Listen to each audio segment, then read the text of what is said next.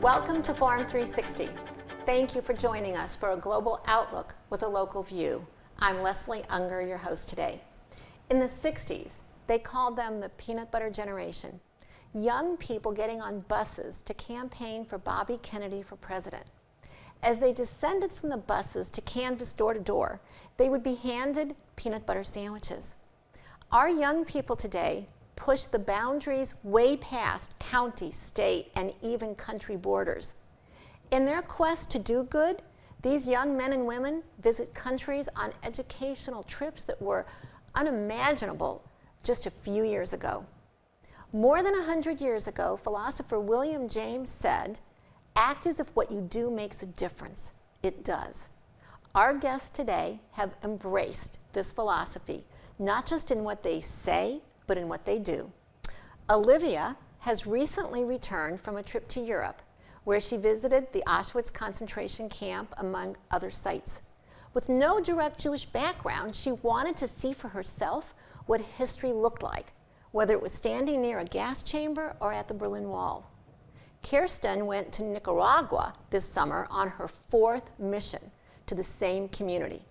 Living with families for a week each year in this Spanish-speaking country has inspired her to this fall study international business with an interest in Spanish. We welcome Olivia Valentine, an incoming sophomore at Copley High School, and Kirsten Maimon, starting her freshman year at the University of Cincinnati. I welcome you both. And thank you for making time to come visit us in your international travels. Thank you for having us. Yes, thank you so much. My pleasure. Olivia, I'm going to start with you. Since you returned virtually, really days ago, first tell us where you went and why you chose to go on this trip. Okay, so we first headed to Berlin, Germany, and then we went to Warsaw, and then Krakow, and then we went down to Prague, kind of by Czechoslovakia, Public, all that fun stuff. So I think I really wanted to go because I kind of learned a little, and I'll talk more about it, is we hear a lot about what Jewish people had to go through during the Holocaust, and I don't think we always realized that there was an end, there was a beginning point, and then there was a middle, and then there was an end. So it was like, I really wanted to see not only the middle part, but I also wanted to see how it was beforehand, how it was after, like how it really experienced it and not just hear it through a book or see it through photographs that I've seen 100 times in school. And before we go on, let me ask you, what was one thing that was different about being there and seeing it that people might say, well, you know, you can see it virtually, you can see it on YouTube, you can see it, you know, on Zoom. What was something that you can think of that was different being there in person? I think the feeling of it. I can't get a feeling, I mean, you can, but not like it really is. Like the feeling of just physically being there. Like I know when I was at Auschwitz, the physical feeling of being in such a place of just horrible actions that happened, just physically knowing that like that happened and feeling that and like accepting that feeling and trying to work through that feeling. I can't get that through a YouTube video that someone filmed 4 years ago. Mm-hmm. So there's definitely the feeling of it that's different. Okay, good to know for people out there wondering, you know, why these amazing trips. So Kirsten, yeah. Kirsten, want to make sure I pronounced it correctly. You returned about a month ago, right?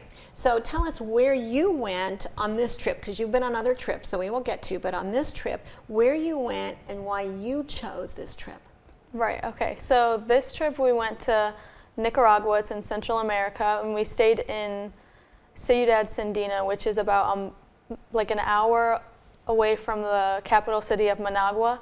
And we chose to go here. My mom and I have been there 3 previous years, so this is our 4th year. And had it not been for COVID, it would probably been like your 6th year, yes, right? I think, yeah. I think, yes, the 6th year, because, there was 2 years that we couldn't go. But we chose this trip because the first year we just really felt a calling in our hearts, and we just had such an amazing, unique, and powerful experience when we first went, and we just decided that as many years as we can go in the future, we're going to try to go as like every year, Lord Now, willing. since you go to the same place each year, so do you see some of the same people? Yes, which is really, really nice and cool. Like, since we have gone for other years, I know these people and we both know each other, and we are able to keep in touch through social media and Facebook. But it's nice catching up with them and learning what has gone on in their lives and telling them what's gone on in mine. And Now, what are some things that you would do when you go to this community? What are some things you would do either with or for these people? okay, there's different teams so that you can sign up for. So there's like construction, medical, and children's and Bible distribution. So I've been on the children's and Bible distribution every year that I can choose. So what that looks like is we have a children's camp or a VBS usually in the beginning of the day, and we just set up games and activities and have a little sermon for them.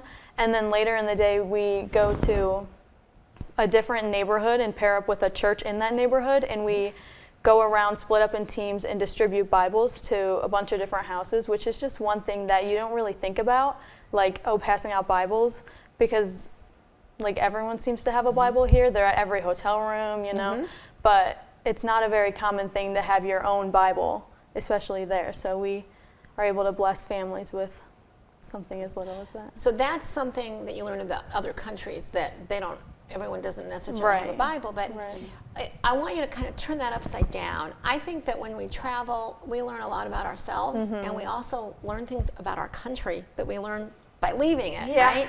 Is there something that you can share with us that you either learned about yourself or that you learned about, you know, the country because you traveled outside of it?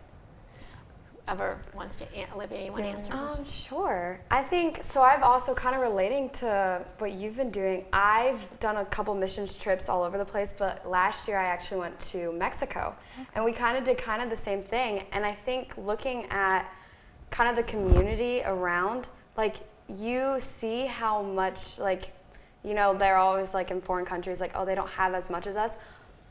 But they may not have as much as us, but they have so much joy and so much light. Yeah. Like, they may lack in like physical items, but they never lack in joy and love, and they're always so happy, and they're so friendly. Like, other places, like, they'll have a conversation with you like right on the street. And they're very welcoming to America. Yes, they're very welcoming, and you think that they would be like, oh, like, kind of annoyed, or like, oh, like, I'm sure you don't really want to talk to me, you just want to see the sights. But they'll open up to you and they'll have a full conversation. I know on the trains in different places that we went, on planes, like, we just got to know like these people that are locals, and we would talk to them, and we would be like, hey, like, what's the best place that we can go for ice cream or dinner or best sights? And like, they're open to it, and they want to show their community off.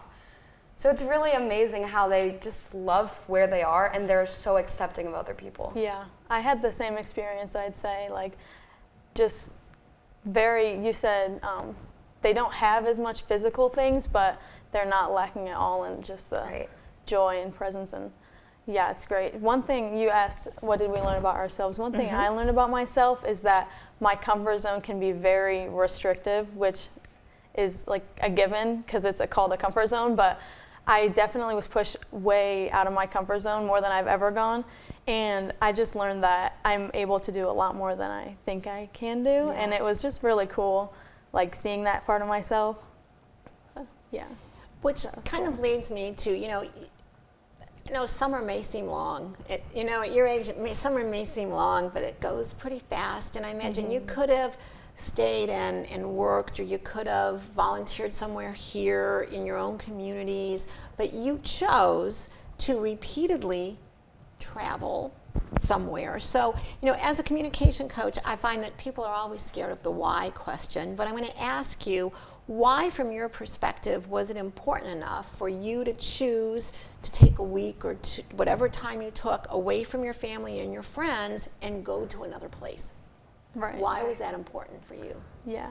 This year especially, I was very hesitant to go because it is 10 days and I just graduated high school. I'm going to be leaving for college in actually a week now. So I want to spend time with family and friends that I won't be able to see as much. So I was just very hesitant to go, but ultimately I made the decision that I know I should go because I know I'll have a good and important like time there, and I'm very glad I made that choice. But it's definitely hard. I know that the experiences and lessons that I would learn would be like pay off more than just And they staying were. at home. And they were. And they yes, for sure. And you can take that with you now as you start school and say, "Ugh, starting a new school is nothing after going to a foreign country, right? Yes. Olivia, why? Why do you choose to leave your pets and your family? Why? I think it's definitely, I like talking about comfort zone, like I'm comfortable in my house, I'm comfortable in my bed, I'm comfortable with the people around me, but not everybody else has the same walk of life that I do. And I want to experience what they have to go through or what they get to go through. Like just being able to go to Germany and see the walk of life that they had to live in a time that they didn't choose this. I have been gifted to be living here in a privileged life. They didn't get that choice. So I want to feel, I want to understand, and I want to learn anything that I can about how their life was. So just being able to learn and step and walk in different atmospheres, different cultures, different people's shoes. I just love being able to learn about people and how they outlook on life, because all of us have different outlooks. Is there one thing, and both of you are well-traveled, but as you think about Nicaragua, you also did Europe, and you also did concentration camps, and you've done different mission trips. Is there one thing that stands out from all of your trips that is one memory that stands out the most? Is there one memory, one person, one event that comes to mind first? I think I'll talk a little bit about, so I went to the Berlin Wall, and I really like to read. So it was a very interesting feeling to be physically there. A really big lesson thing that I noticed when I was at both Auschwitz and the Berlin Wall is like, this isn't just a story that we're told years after years in the same pictures. Like, this is a physical thing.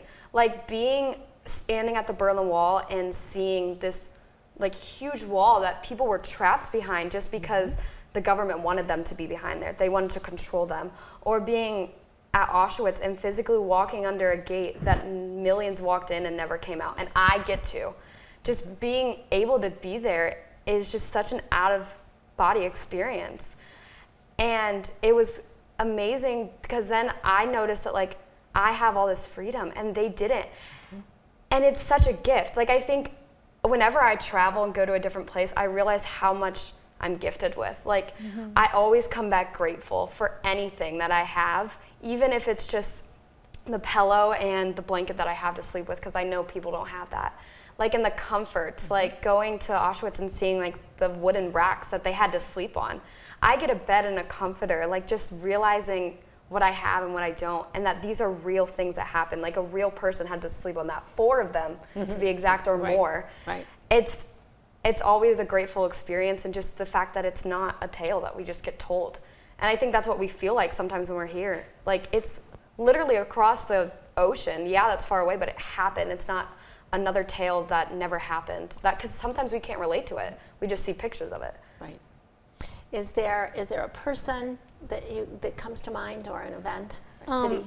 Yeah, an event. So I actually have 2. So Okay. one is in a concentration camp as well. I went to Dachau in Germany. I think it's near Munich.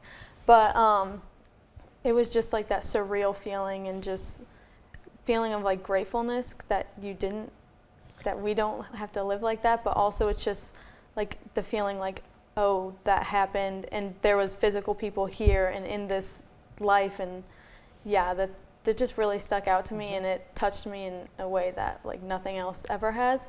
And also when I went to Nicaragua, I think it was this year, yeah, we were going out for Bible distribution, and there was this one house, and it was a woman and her husband, and in that house they had like 3 or 4 pigs, a bunch of chickens and dogs, and it was just right when you walk in the house. They didn't have like a backyard farm. It's just right there, and it just really, I had to like stand there and just think for a second, like, this is what they live in every day, and they're so happy, and they invited us into their home. Like, they're happy to be showing us their home and talk to us for 30 minutes. They talked to us for a while, but it's just like, it just really makes me appreciative and for what I have, and that these other people are willing to show me, share their life. And Did you want to take any of those animals home with you? I would have wanted to take some of those. No, No, I'm not okay, super that's big good. with animals. Okay. And they were a little smelly. They were a little smelly. Yeah. Take a pig for the plane ride home. Yeah. Just put That's it in right. the carry-on. That's right. Yeah, no one animals will aren't my notice. big thing. I want to reintroduce our guest today. We are talking about amazing young people who have traveled the world to learn and to do good. We are talking with Olivia Valentine, an incoming sophomore at Copley High School, who's recently been to Poland and Germany, and Kirsten Maimon, who was in Nicaragua with the summer, but her travels have included Germany and Europe and different places that she has also gone. Now, I believe both of you went to Philadelphia on mission trips. Is that right? Yes, I have. Yeah. But you went somewhere else. I went Domestically. You've gone. So you've both gone domestically. Is it different traveling domestically than it is internationally? I would think so. I like being, because I went to Philadelphia for probably 5 or 6 years, and even though it's close to home, it's still like a different place. It's a different atmosphere. Their houses, they have row houses, so they're literally one after the other. And they don't have as much space as us, but it feels like a different place. And it's still, even though it's people that are close to us that are home, they're still different. Like, I don't know, it's just a different atmosphere, and they still need as much love as people do in foreign countries. Like, they still are joyful, and they also still don't have as much as we do, even though they do live in America, and they do have privileges that some people don't. Like, they still need some things, and they still need love, but they're still so friendly and house opening. Like, I've definitely been in houses down there and been in communities, and they are so excited to just show off everything that they do have. So if you had a choice of taking a week and going somewhere on a mission trip, domestically or internationally, what would you choose? I think I would stick to international. Yeah. Because, I went on one mission trip to West Virginia, and it was just a little different. Do you know how sometimes they have those Christmas trees and you like pick a little ornament and you buy presents for them? That's what we did. So we brought all those presents from our church there, and we just set up like I don't know, like a hangout, like worship thing. So it wasn't as much like within the community. It was kind of just like you just are loving on them, and it wasn't, I can't think of what I'm trying to say, but it wasn't But you still as got much to like an see action. some of Yeah. parts of West Virginia that many, many, many Americans will never. Right. But I do enjoy the going internationally and just learning of a whole new culture and way of life. Which is why and you're living majoring in language. international Yes. business, right? Yes. And not just business. I Right. get it. All the pieces are coming Yes. together. I feel a need to apologize to you for the state of the world that you're inheriting. If we could fast forward 20 years, okay, and you are now 35 and 38, how would the world be different if your magic wand worked and you could change it in any way? I think I'd say just be kind to others. I mean, everyone says it, but I wish everyone did I say wish it. yeah. Maybe everyone Said you it know and did says it. it. I That's wish everyone true, did and say it. it. Yeah, Yes. and acted on it, because you just really never know what is going on in other people's lives, and it's just a waste of time to just be rude, and just be kind and love everyone else. It's a good thought. And how would the world be different if you could wave your magic wand?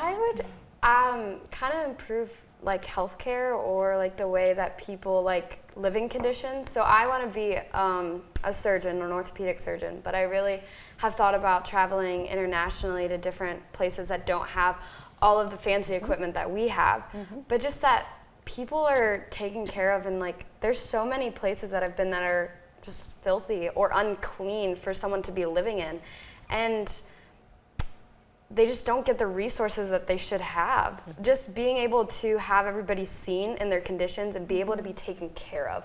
Like maybe they won't have financial help to be able to do that, but they could. Like just better health care for people who are injured. Like there's so many people, like so I work with homeless people sometimes.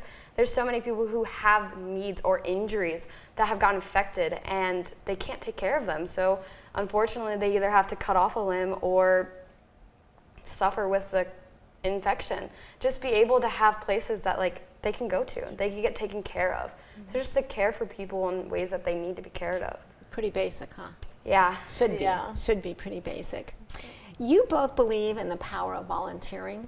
You know, even at your ages, you had options. You could have worked the time that you traveled. Not that you aren't still working, but you could have worked the time that you're traveling.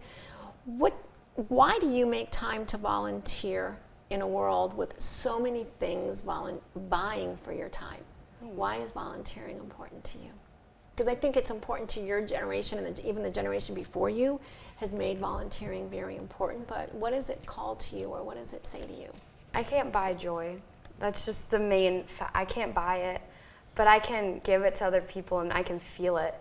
I can work millions and hundreds of hours on a job that maybe I don't even like, but I love seeing smiling faces on little kids when you give them candy or you give them a high five. Like, that's stuff that I can never buy. And just being able to be there, and also when people find out that you're volunteering, not that like I want the credit for it, but like when you go to somebody like in Philadelphia or in Mexico and they're like, what are you here for? And we're like, oh, we're just volunteering, we're just here for a week. And they're like shocked that somebody is willing to and wants to, but I so much want to. Like, when the time comes where you have to leave, you're like, I don't want to. I don't want to leave. I want to keep being down here. Time well spent. Yes. So why would you say volunteering calls to you, and really in your family? I'd say I just love learning about other people and just other ways of life and cultures. That's always been something that really interests me. So even domestically here, but I love really just connecting with people and learning what they've gone through and what. Yeah. And how I think is your that's Spanish? It's pretty good. Pretty I good? mean, well, not really. I took 2 years of it in middle school, and then I did sign language in high school. But since we do go to Nicaragua, I'm Right. able to. That's what I wondered. Yeah, Nothing and they're like- very understanding and helping, like with my Spanish. Now, but do they speak English? no, No. well, no. So you Not very many need of to them. speak Spanish to communicate. Yes, actually, when we were doing Bible distribution one time, I was at one point. It was literally me and like 3 local natives, like going around the streets, and I was like, no one speaks English except for me, and I don't speak very well Spanish, but you know, it worked out perfectly. But yeah, Good. I definitely. Did you learn how to ask for where's the bathroom? Now, Yes, that was I one do of my know first that. I do questions. know Okay, that. just making sure. Just Yes. making sure. No, it's gotten In the better. time that we have remaining, I'm going to ask for just 1 or 2 word answers, which may not seem fair. But my first question is, what do you think most people get wrong about your generation? I know it's a tough one, but in a word or 2, can you answer it? That we are all selfish. We are all conceited. And that's wrong. Yes, that is Definitely wrong. completely wrong. Yeah, I Kirsten? think people just like underestimate our like knowledge and willingness to do these things. Great things. Great things like Great this. things. Yeah. Yes. In a word or 2, how did COVID affect your schooling? It was challenging, and then I didn't feel like I was getting everything that I needed to, and it felt out of reach. Yeah, I'd say the same thing, and I just felt very disconnected, and I honestly struggled with just learning the material. I'm sure. Yeah. Now some fun ones. Favorite performing artist? Oh. Is there a favorite? I don't know. I like a lot. I know I know everybody, but I like the cute little outfits of Taylor Swift and her little era going on right now. No, I love Taylor Swift. She's I my was favorite. even thinking Taylor Swift. No, okay. she's my She's on favorite. everybody's mind. I love her. I was just looking at love she was her. rocking Versace and Cavelli, so I was even thinking her. Yes. A favorite food? What is the favorite food of an almost 16-year-old? Tacos, And, absolutely. and going to college, what is your favorite food? Say pasta as a general. Yes. As a Yes. general. Yes. A favorite book that you're reading or that you've read any time in your school career? My favorite book is Not If I Save You First. That is my favorite book. Okay. I think The Book Thief is one of my favorites. Okay. Do you have a favorite Netflix, Hulu, Amazon binge? Any favorite there? What? Really? I kind of watch a lot of things. Yeah, I have a lot. Definitely. I am watching Modern Family right now, and I'm really loving Oh, that. it's so funny. Yeah. Can you tell us quickly why you picked University of Cincinnati? I really wasn't gonna. It wasn't on my radar really, and then I visited it, and I just felt it inside of me, like I need to go here. And it's a really great school for business. And you know, a president of a internships. university once told me, if you just leave it up to your child, they will know. Yeah, and I did. And you did. And how, in a few words, did you pick orthopedic surgery? I think just I've seen so many people who don't have those kind of things, like talking about the homeless people, and then also just like being able to fix people that don't have amazing health care and don't have all those amazing things. And you know, I'm so grateful for the limbs that I do have. I just want to live long enough to come to you as my doctor. There is a saying that the power of youth is the common wealth for the entire world. Our guests today, Olivia Valentine and Kirsten Maimone, have proven this saying. They use their power of youth to learn, to help, to build. Swedish activist Greta Thunberg is raising awareness of climate change. Young people everywhere are our future wealth. You don't have to look any further than the kids down the street for the wealth of things that they're doing to prepare to make the world a better place.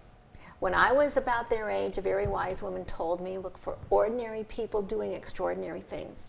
Today we've had the honor of having two extraordinary young people. I thank you both, Ms. Olivia and Kirsten. Thank you to our audience for joining us on Forum 360 for a global outlook with a local view. Forum 360 is brought to you by John S. and James L. Knight Foundation, the Akron Community Foundation, Hudson Community Television, the Rubber City Radio Group, Shaw Jewish Community Center of Akron, Blue Green, Electric Impulse Communications, and Forum 360 supporters.